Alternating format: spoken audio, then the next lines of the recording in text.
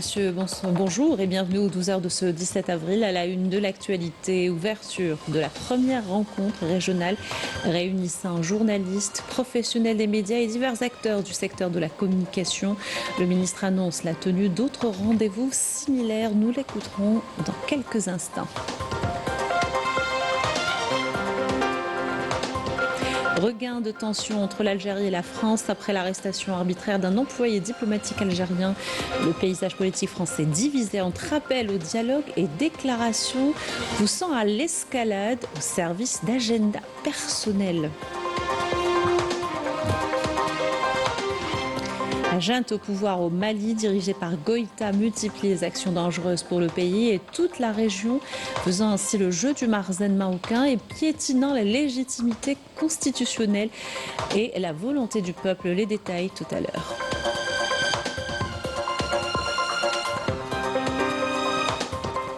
Journée du prisonnier palestinien instaurée pour rappeler le sort de milliers d'hommes, de femmes et d'enfants emprisonnés dans les geôles de l'occupant sioniste. Ce dernier intensifie ses campagnes d'arrestation et sa répression dans les territoires occupés.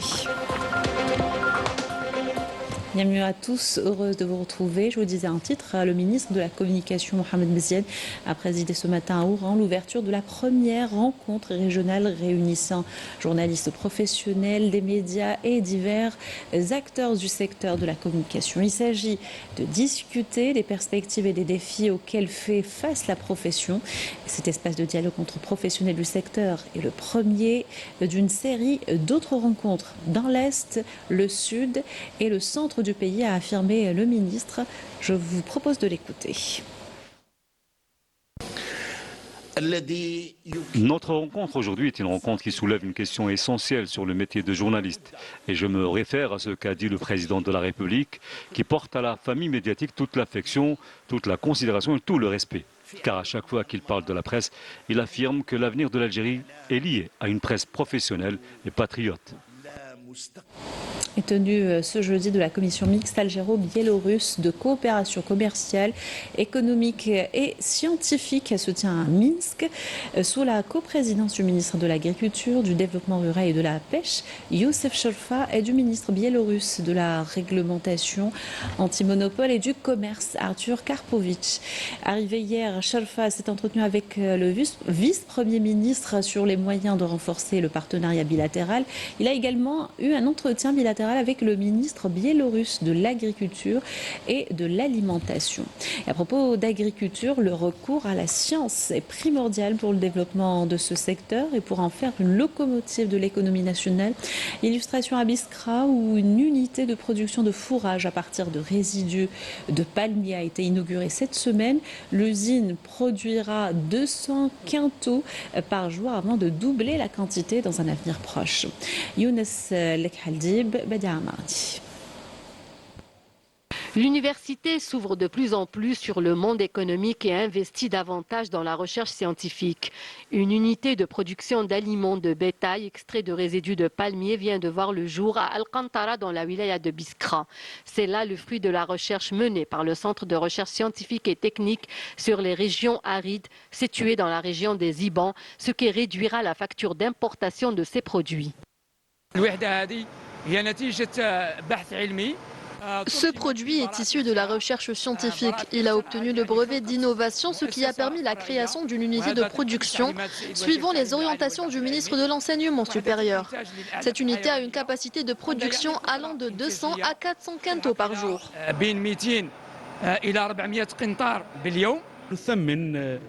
Nous saluons cette initiative. Il s'agit là du fruit de la recherche scientifique dans son volet relatif à la production d'aliments de bétail à partir de nouveaux composants et au remplacement du maïs par les résidus de palmiers, ce qui permet de réaliser le développement local, de réduire le coût des aliments et de créer de la richesse et de l'emploi au profit de la population de Biskra. Pour permettre une plus grande ouverture de l'université sur le monde économique, les différentes thèses de recherche sont orientées de plus en plus vers des projets d'entreprises économiques qui seront réalisés sur le terrain et qui créeront de la richesse. Notre application est conçue pour détecter les cancers. Ce n'est pas tout, j'ai intégré un volet information et sensibilisation sur les symptômes de cette maladie, comment vivre avec et comment l'éviter. Les étudiants intéressés peuvent également trouver toutes les informations nécessaires via l'intelligence artificielle.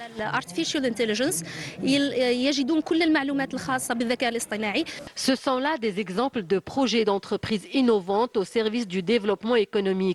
L'université algérienne oriente de plus en plus ses étudiants vers le monde de l'entrepreneuriat et de l'innovation pour booster l'économie nationale. Et vous l'aurez remarqué, la fraise embellit les étals des marchés depuis déjà quelques mois. Mais c'est en cette période de l'année qu'elle est la plus sucrée et de qualité supérieure. Celle de Jijel est particulièrement prisée. Les agriculteurs de la région évoquent une récolte exceptionnelle cette année grâce à leur savoir-faire et au soutien des autorités. Abdelrahman Chemaouni et Mira Sefta. La wilaya de Jijel enregistre cette année une production abondante de fraises, fruit des conditions climatiques favorables, mais également des efforts soutenus des agriculteurs qui ont su maîtriser les techniques de culture et s'investir pleinement dans la valorisation de leurs terres. La production est disponible et les prix restent à la portée de tous. Après le ramadan, les prix ont baissé jusqu'à 30, 40, voire 60 dinars le kilo sur le marché de gros. Nous arrivons à couvrir le marché local et même toutes les wilayas de l'Est. Nous avons une très bonne production et nous expédions vers d'autres wilayas. Nous avons plusieurs variétés de fraises. Il y a la Sabrina, la Savannah, la Mélissa et la Parthénope. Nous tenons à ce que notre production soit accessible à tous. Même les plus modestes peuvent en profiter. Le mérite revient avant tout aux agriculteurs, mais aussi à l'État qui a mis en place des mécanismes de soutien et d'importantes mesures incitatives. Aujourd'hui, les agriculteurs maîtrisent parfaitement la culture de la fraise et la plupart des producteurs utilisent des plants de fraisiers produits localement. C'est ce qui permet à la wilaya de Jijel de produire plus de 200 000 quintaux de fraises par an, se positionnant ainsi comme la première au niveau national en termes de production. Grâce à l'extension des superficies dédiées à cette culture, dépassant désormais les 900 hectares, Jijel reste l'un des leaders incontestés de la culture de la fraise. Un regain de tension entre l'Algérie et la France après l'arrestation arbitraire d'un employé diplomatique algérien. Cette situation a divisé le paysage politique français entre appel au dialogue pour l'intérêt général et des déclarations poussant à l'escalade au service d'agenda personnel. Amira Meddahi, Yamina Saïdi. En dépit des tensions qui montent de plusieurs crans entre Alger et Paris, les deux capitales souhaitent toujours donner une chance au dialogue. Il faut évidemment toujours donner sa chance au dialogue. C'est la seule manière de résoudre durablement les tensions. Ceux qui vous disent le contraire sont des irresponsables. Ce qui est très regrettable, Laurent Wauquiez est un irresponsable. Ce qui est très regrettable et ce qui est très brutal. Bruno Retailleau est un irresponsable. Ceux qui vous disent que Jordan Bardella est un irresponsable. c'est autrement que par le dialogue qu'on peut résoudre durablement les sanctions, oui, sont des irresponsables. Parce que avec l'Algérie comme avec d'autres pays, tous les autres pays, c'est par le dialogue qu'on peut bâtir des coopérations dans notre intérêt. Et j'ai en ce moment une pensée de soutien au peuple algérien pour lui dire que la solidarité avec le peuple algérien pour nous est toujours vivante. Et je dis à M. Retailleau, le ministre de l'Intérieur, qui est obsédé par l'Algérie, obsédé par les musulmans, obsédé par les femmes qui portent le voile comme si c'était le seul problème des Français. Nous reviendrons vers ce sujet peut-être un peu plus tard dans notre journal. On va parler du chef de la transition Mali qui en manque de légitimité et prêt à tous les dépassements pour se maintenir au pouvoir, qu'il a usurpé d'ailleurs, et répand et fait le jeu du Marzen. Goïta pousse le pays vers un avenir incertain et risque de déstabiliser tout le voisinage. Yamina Saïchi. Au Mali, la transition s'est transformée en confiscation du pouvoir. Ce qui devait être une étape vers le retour à l'ordre constitutionnel est devenu une installation durable d'une junte militaire qui ne cache plus ses intentions. Les espoirs d'un nouveau départ ont laissé place à une profonde désillusion. Sur le terrain, le constat est alarmant. L'insécurité s'aggrave, l'économie s'effondre et les libertés fondamentales sont de plus en plus restreintes. La junte se maintient en jouant sur le nationalisme, mais sans résultat concret. Pire encore, elle ferme la porte à tout dialogue, isole le pays et fait taire les voix critiques. Nous avons, y compris dans la société civile, beaucoup se retrouvent aujourd'hui en prison où les droits sont complètement bafouillés. La presse est caporalisée, la justice est caporalisée et les acteurs politiques n'ont pas le droit de s'exprimer. Donc, aucune voix dissonante ne peut sortir et dire ce qu'elle pense pour la reconstruction de notre pays. Nous sommes dans une vraie dictature avec des assassinats. Dans ce contexte, le chaos est devenu un véritable outil pour se maintenir au pouvoir. Tant que les militaires refusent de revenir à la légalité, le Mali restera enfermé dans une impasse politique, sécuritaire et sociale, sans aucune issue possible. Et on revient à ce regain de tension entre l'Algérie et la France. Cette situation a divisé le paysage politique français entre appel au dialogue pour l'intérêt général et des déclarations poussant à l'escalade pour l'intérêt personnel. Amira Mdahi et Amina Saïdi. En dépit des tensions qui montent de plusieurs crans entre Alger et Paris, les deux capitales souhaitent toujours donner une chance au dialogue. Il faut évidemment toujours donner sa chance au dialogue. C'est la seule manière de résoudre durablement les tensions. Ceux qui vous disent le contraire sont des irresponsables. Ce qui est très regrettable, Laurent Wauquiez est un irresponsable. Ce qui est très regrettable et ce qui est très brutal. Bruno Retailleau est un irresponsable. Ceux qui vous disent que Jordan Bardella est un irresponsable. c'est autrement que par le dialogue qu'on peut résoudre durablement les sanctions, oui, sont des irresponsables. Parce que avec l'Algérie comme avec d'autres pays, tous les autres pays, c'est par le dialogue qu'on peut bâtir des coopérations dans notre intérêt. Et j'ai en ce moment une pensée de soutien au peuple algérien pour lui dire que la solidarité avec le peuple algérien pour nous est toujours vivante. Et je dis à M. Retailleau, le ministre de l'Intérieur, qui est obsédé par l'Algérie, obsédé par les musulmans, obsédé par les femmes qui portent le voile comme si c'était le seul problème des Français, l'unique problème des Français, je dis à M. Retailleau, taisez-vous et une bonne fois pour toutes, travaillez plutôt à la diplomatie. Le travail diplomatique ne semble pas faire consensus au sein de la classe politique française, dont une partie, loin d'adopter une posture constructive, alimente les conflits en permanence pour servir ses intérêts électoralistes et clientélistes. On a bien senti que Bruno Retailleau parlait de l'Algérie de manière insultante à des fins de politique intérieure.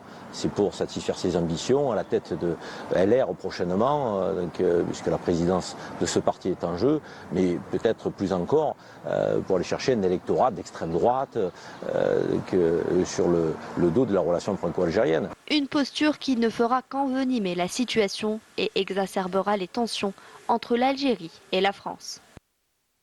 Au Maroc, des familles entières se retrouvent dans la rue. Dans plusieurs quartiers populaires, les bulldozers du régime ont rasé des habitations, laissant derrière eux désolation, misère et colère. Le Marzen reste impassible face à la détresse de la population. Yanis Aït-Nopaz. Qu'allons-nous manger? Nos couffins sont vides, tout comme nos ventres, et le pire, c'est que nous sommes à la rue. C'est une citoyenne marocaine parmi tant d'autres, reflétant la réalité de milliers de familles marocaines laissées pour compte, sans aucune aide et sans avenir. Au Maroc, c'est également la dignité qui est écrasée sous les coups de pelleteuses. Dans plusieurs quartiers populaires, des maisons sont rasées, sans avertissement, aucune solution, aucun relogement et un silence assourdissant des autorités. C'est une honte. Vous devriez avoir honte. Ce peuple, vous l'avez écrasé. Ils sont nombreux à quémander de l'argent à la banque chaque mois. Et s'ils ne peuvent pas emprunter, ils se retrouvent dehors.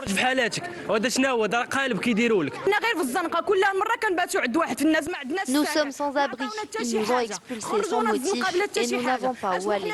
Désormais, nous n'avons pas d'argent pour louer et encore moins pour manger. Nous réclamons que nos droits. Face à l'injustice, la rue Grande, le peuple hurle sa souffrance dans un royaume où même l'accès à un toit est devenu un luxe. Le régime du Marzen applique les clauses de la normalisation avec l'entité sioniste sur le dos du peuple marocain. Le peuple s'est toujours opposé à la normalisation, mais hélas, la normalisation s'est insidieusement infiltrée dans plusieurs sphères de la société et des institutions. Aveuglé par ses décisions politiques, le Marzen poursuit sa normalisation avec l'entité sioniste au détriment de son peuple laissé à l'abandon face à un avenir incertain. À Gaza, des dizaines de Palestiniens ont été tués hier soir dans des bombardements intensifs dans plusieurs zones de l'enclave.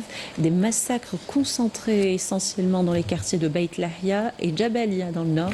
Des tentes également de réfugiés palestiniens ont été brûlées à Khan Younes et Nusayrat, alors que la situation sur place, la famine s'intensifie dans l'enclave soumise à un embargo depuis plus d'un mois. Journée du prisonnier palestinien ce 17 avril, une journée instaurée pour rappeler ces milliers d'hommes, de femmes et d'enfants emprisonnés dans les geôles de l'occupant sioniste. Elle est commémorée au moment où s'intensifient les campagnes d'arrestation contre les Palestiniens et où des milliers de prisonniers vivent un calvaire dans les prisons sionistes. Majed Ahmoud.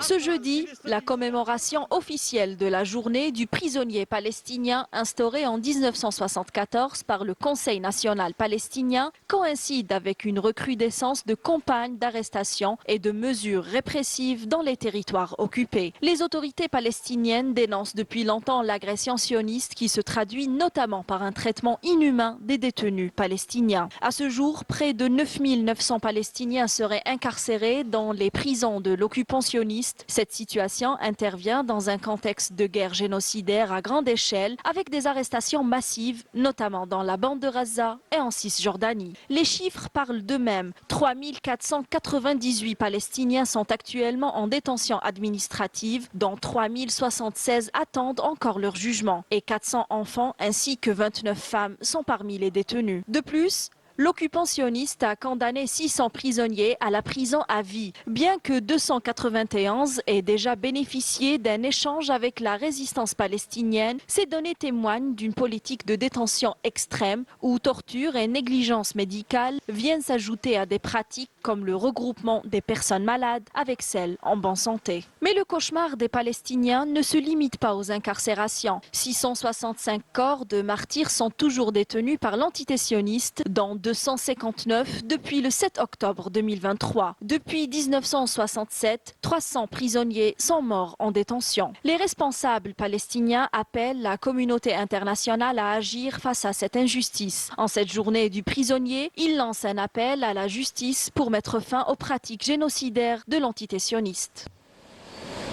Le printemps est de retour et quoi de plus représentatif de cette saison que les jardins refleuris. Le jardin d'essai d'El Hamma en est le parfait exemple avec sa végétation luxuriante, ses belles variétés de plantes et ses spécimens rares. On vous en fait découvrir quelques-uns dans ce reportage de Lamia Boudboud. Au jardin d'essai d'El Hamma, les plantes vivaces à floraison printanière sont comme une bouffée d'air frais après un lent hiver. Les fleurs sont annonciatrices du retour des beaux jours, emparant les jardins de leurs couleurs chatoyantes et de leurs parfums délicats. Nous avons une mission qui est bien précise, c'est que le jardin doit être fleuri les 4 saisons. Donc il y a un calendrier qui se prépare à l'avance, donc qui est composé de plusieurs variétés. Donc vous avez les annuelles, les bisannuelles, les bulbeuses. Donc c'est tout un travail qui se fait en équipe. Donc nous avons les pétunias par excellence, abondantes par sa floraison, par sa coloration et tout. Donc vous avez la sauge rouge, vous avez les mufliers aussi. Donc vous avez aussi la cinéraire hybride. Donc nous avons les arbustes fleuris aussi, tels que les hibiscus, les marguerites. Donc nous jouons sur un certain amalgame pour avoir une symbiose, une harmonie. Dans la nature, les plantes se reproduisent spontanément par semis, marcottage ou bouturage. Le jardinage est l'art de reproduire les espèces et les variétés pour les faire multiplier et fleurir. Ici, les plantes d'ornement, dites d'intérieur, sont dans des serres. D'autres sont à l'extérieur, comme ces hibiscus à double fleur qui attirent le regard. Et ici, nous sommes dans le service de multiplication des plantes. C'est l'endroit où on multiplie les plantes et pour assurer justement le fleurissement du jardin. Concernant les espèces qui se trouvent au jardin et qui sont remarquables par rapport aux fleurs et les roses, il y a le bougainvillier glabra. C'est une espèce originaire de l'Amérique du Sud qui se caractérise par un éclatement des fleurs avec toutes les couleurs. Si on a l'hibiscus rosacinensis, c'est une espèce originaire de la Chine. Donc c'est une espèce qui contient des fleurs parfois doubles et parfois simples. On a aussi le géranium qui s'appelle en arabe c'est khdiwja ou la khdaouj. Donc c'est une espèce qui est très connue en Algérie.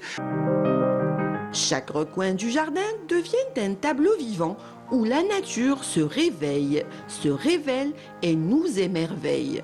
Le printemps est un moment suspendu où le jardin respire, s'anime et célèbre la vie. Profitez-en. Voilà qui termine notre journal. Merci de l'avoir suivi. Excellente journée sur Canal Algérie.